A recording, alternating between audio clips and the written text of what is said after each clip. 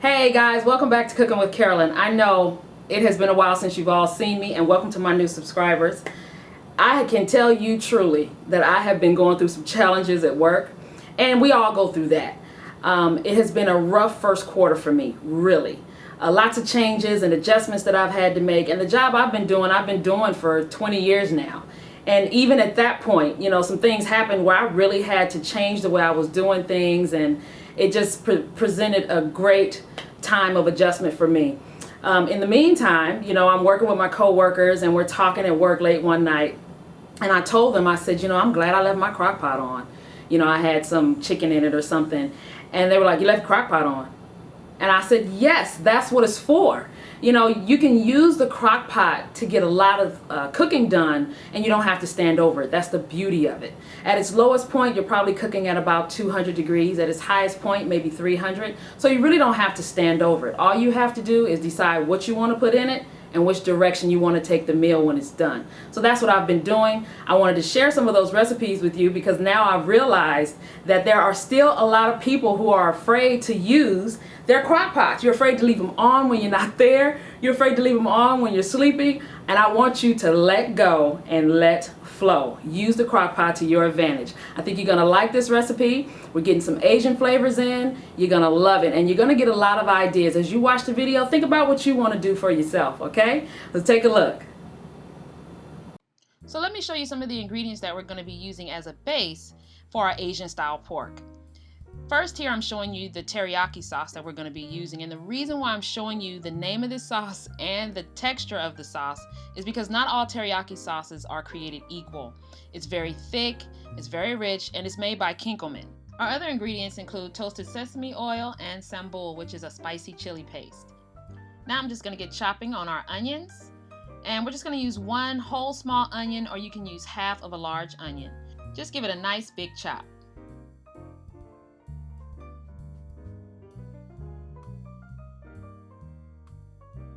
We're going to grab our garlic and give it a nice smash. Remember, we're using the crock pot, so we don't have to do small dice cuts on everything. We can afford to leave it in larger pieces because it's going to cook anywhere from 8 to 10 hours. And we're going to be draining these items from the sauce once it's done. I'm going to go ahead and grab my ginger, and then grab a piece that's the size of about my thumb. You just cut that off.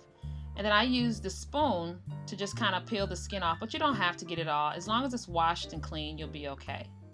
Now let's get everything loaded into the crock pot. I'm going in with some low sodium chicken stock, the teriyaki sauce, and if you're wondering what that is, inside the teriyaki sauce is sesame seeds. Then we're going in with our hoisin sauce. Get every little bit of that in. Seasoned rice wine vinegar, make sure your bottle says seasoned. Brown sugar. Our onions, garlic, and our ginger, a little bit of sesame oil, some sambal, which is an Asian style spicy chili paste, some coriander seeds, cumin seeds, and a little bit of Chinese 5-spice.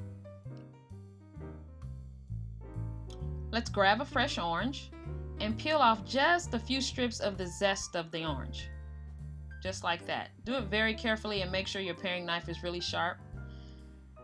And then split the orange in half, and you want to squeeze the juice of half an orange and throw that right in.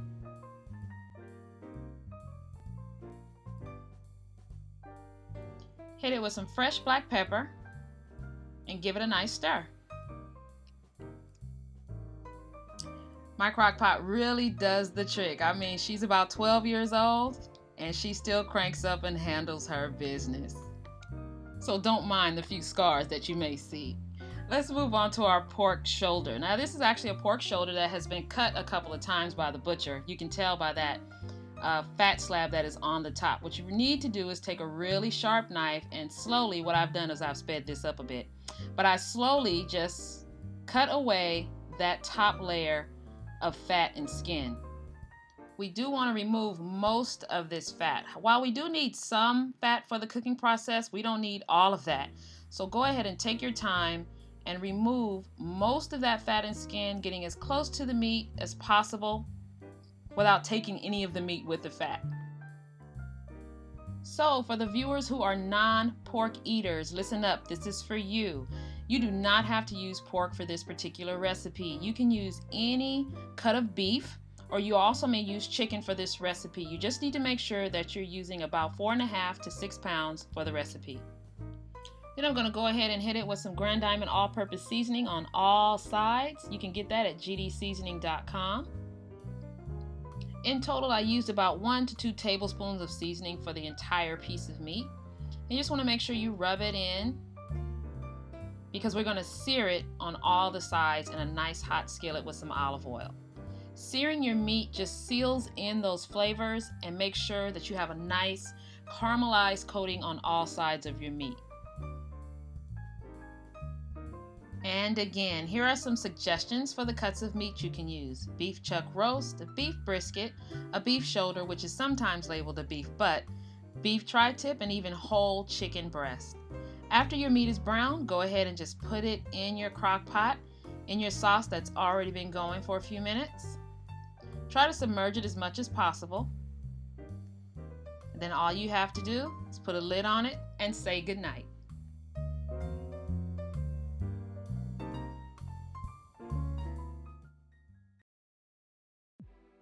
Here's what the pork shoulder looked like the next morning. Look at that bone. It's eased itself right away from the meat. I'm just going to go in there with a pair of tongs and watch how easy the meat just slides apart. Look at that.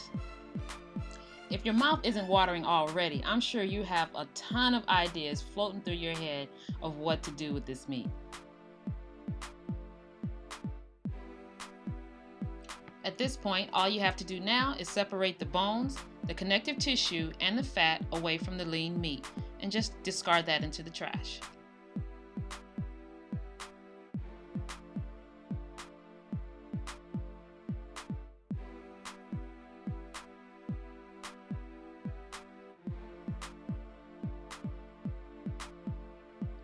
Check out this tender meat. Look at it. And just think, we did all of this while we were sleeping. It's because we let the crock pot do the work. So don't be afraid of it. Go ahead, put a few ingredients in, and look at the result. Now let's turn our attention to our teriyaki sauce that we worked on. We're just going to drain it through a fine mesh strainer, and we're going to discard all those ingredients, the onions, the ginger, and the garlic. We're going to discard all of that. All we want is that smooth, rich teriyaki sauce. Now what we need to do with the sauce is cool it down completely, because there's one more ingredient that we have to rid our teriyaki sauce of. And I mean, it's a biggie. You need to cool it down completely, because right now it looks pretty harmless, right?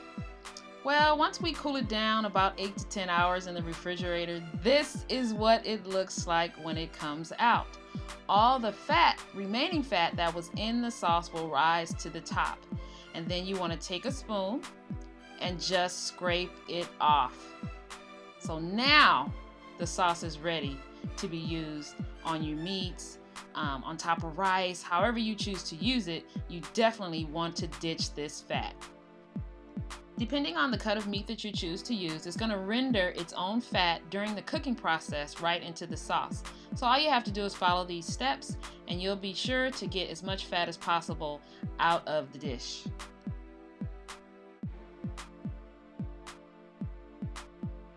If you want to see how one recipe blooms into another one, click the link and stick around. In the meantime, don't forget to share, comment, and subscribe.